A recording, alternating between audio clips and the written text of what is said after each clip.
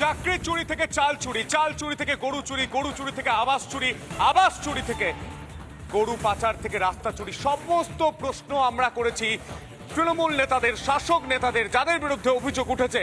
কিন্তু সেই প্রশ্ন শুনতে শুনতে তাদের বোধহয় একটু গায়ে জ্বালা ধরেছে। তাই সংবাদ মাধ্যমের কণ্ঠরোধ করার জন্য যখনই প্রশ্ন করা হয় তখনই শাসক নেতারা কি করেন। শ্রীরামপুরের শাসক দলের প্রার্থী অর্থাৎ তৃণমূলের প্রার্থী কল্যাণ বন্দ্যোপাধ্যায় কি করলেন দেখুন। আমি এতক্ষণ বসে আমি তো জিজ্ঞাসা করতাম যে লোকসভা কেন্দ্রের ফলাফল নিয়ে আপনি কি ভাবছেন, এই সংক্রান্ত প্রশ্ন। আমি তাহলে আপনাদের প্রেসের উত্তর দিয়ে আমি মিটিং করবো না, আমি মিটিং করবো না, বলে দাও প্রেসের লোক রয়েছে, প্রেসের লোককে অ্যাটেন্ড করবো। আমি এতক্ষণ বসে রইলাম, আপনারা এলেন না। I am going for attending, doesn't matter to me, don't tell me this way. আপনি অনেকক্ষণ এসেছেন, মানে বলেছেন আমি এতক্ষণ বসে আছি, আমি যাচ্ছি মিটিং করতে নামছি, সেই সময় আপনি ঢুকে যাচ্ছেন। আপনি কি ভাবেন আমাকে বলুন তো, কি ভাবেন, কি স্ট্যান্ডার্ডে ভাবেন?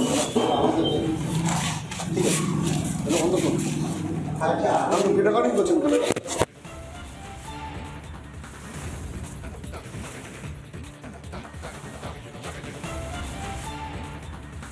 অভিষেক বন্দ্যোপাধ্যায় হোক বা কল্যাণ বন্দ্যোপাধ্যায়, প্রশ্ন করলে গায়ে জ্বালা। কখনো সাংবাদিকদের গ্রেপ্তার, কখনো হুমকি, কখনো ধমকানি, কখনো চমকানি।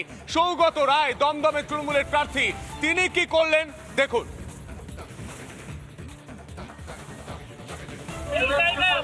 এত প্রশ্ন সহজে করা যায় না, প্রশ্ন করেই যাচ্ছে। আমি এত প্রশ্ন সহজে করা যায় না, প্রশ্ন করেই যাচ্ছে। আমি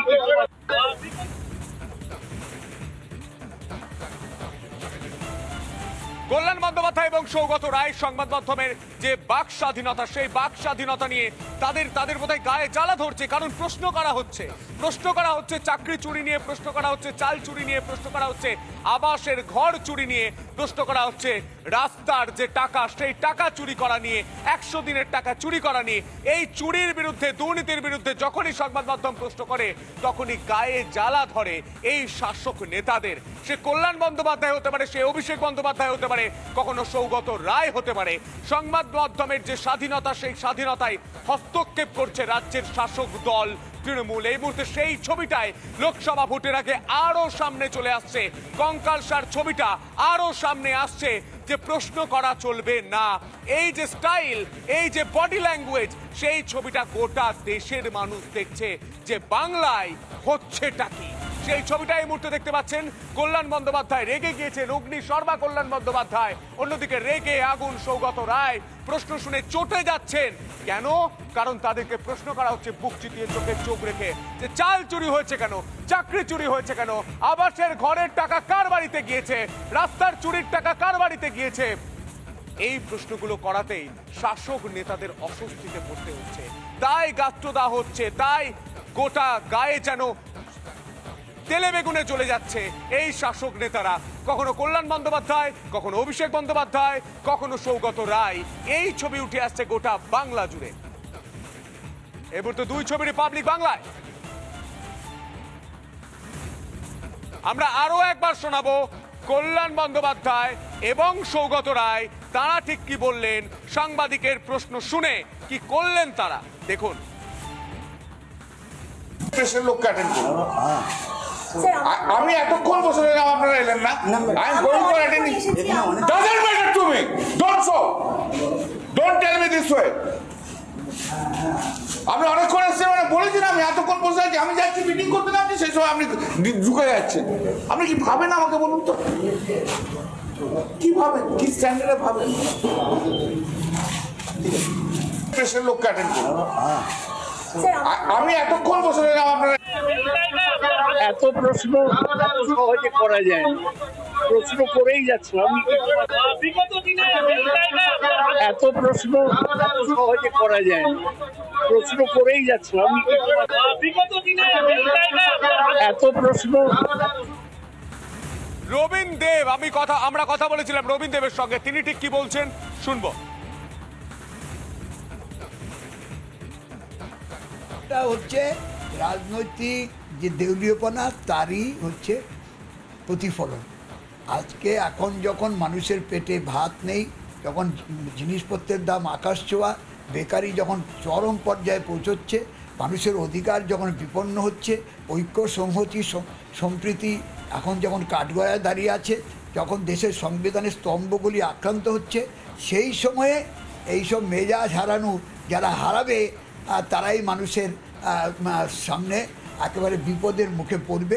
এটাই আমরা জানি। মানুষ তাদের প্রকৃত বিচার করে তারা ভালোটার পক্ষে দাঁড়াবে, খারাপটার বিরুদ্ধে দাঁড়াবে। এই ভোটের ময়দানে জোর টক্কর। উদয়ন গুহ উত্তরবঙ্গ উন্নয়ন মন্ত্রী, তিনি বলছেন ওরা একটা ফ্লেক্স ভাঙলে আমরা 10টা ফ্লেক্স ভাঙবো। আর বিজেপি নেতা বলছেন যত এই সব কথা বলবেন তত বিজেপির ভোট বাড়বে। কি টক্কর উঠে আসছে দেখব।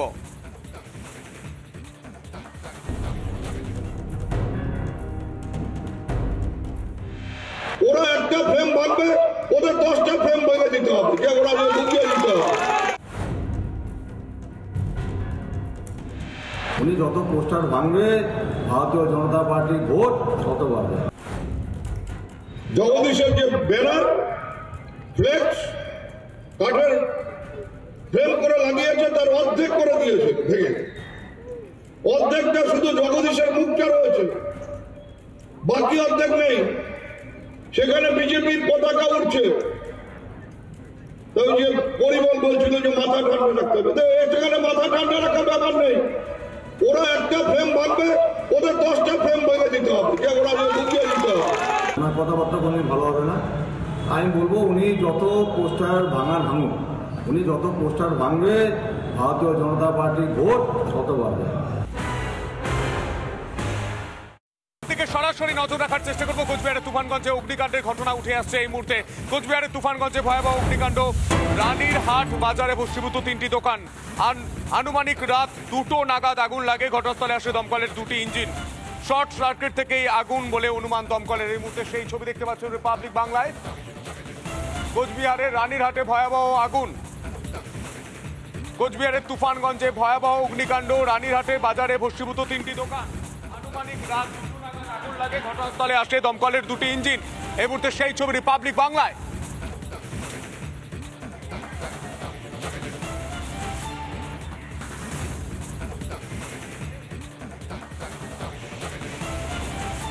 এই মুহূর্তে সেই ছবি দেখতে পাচ্ছেন। কোচবিহারে অগ্নিকাণ্ডের ঘটনা। কোচবিহারে তুফানগঞ্জে ভয়াবহ অগ্নিকাণ্ড। রানীরহাট বাজারে ভস্মীভূত 3টি দোকান। আনুমানিক রাত 2টো নাগাদ আগুন লাগে। দমকলের 2টি ইঞ্জিনের চেষ্টায় আগুন নেভানোর চেষ্টা। শর্ট সার্কিট থেকেই আগুন বলে প্রাথমিকভাবে জানা যাচ্ছে। এই মুহূর্তে 2 ছবি। গতকাল রাতে ভয়াবহ অগ্নিকাণ্ড, আগুনে ভস্মীভূত 3টি দোকান। এই মুহূর্তে 2 ছবি রিপাবলিক বাংলায় দেখতে পাচ্ছেন। কোচবিহারের ছবি, কোচবিহার তুফানগঞ্জের রানীরহাট বাজারের ছবি দেখতে পাচ্ছেন। রানীরহাট বাজারে ভস্মীভূত 3টি দোকান। রাত 2টো নাগাদ আগুন লাগে। ঘটনাস্থলে আসে দমকলের 2টি ইঞ্জিন। শর্ট সার্কিট থেকে আগুন বলে প্রাথমিকভাবে জানা যাচ্ছে। এই মুহূর্তে 2 ছবি রিপাবলিক বাংলায়।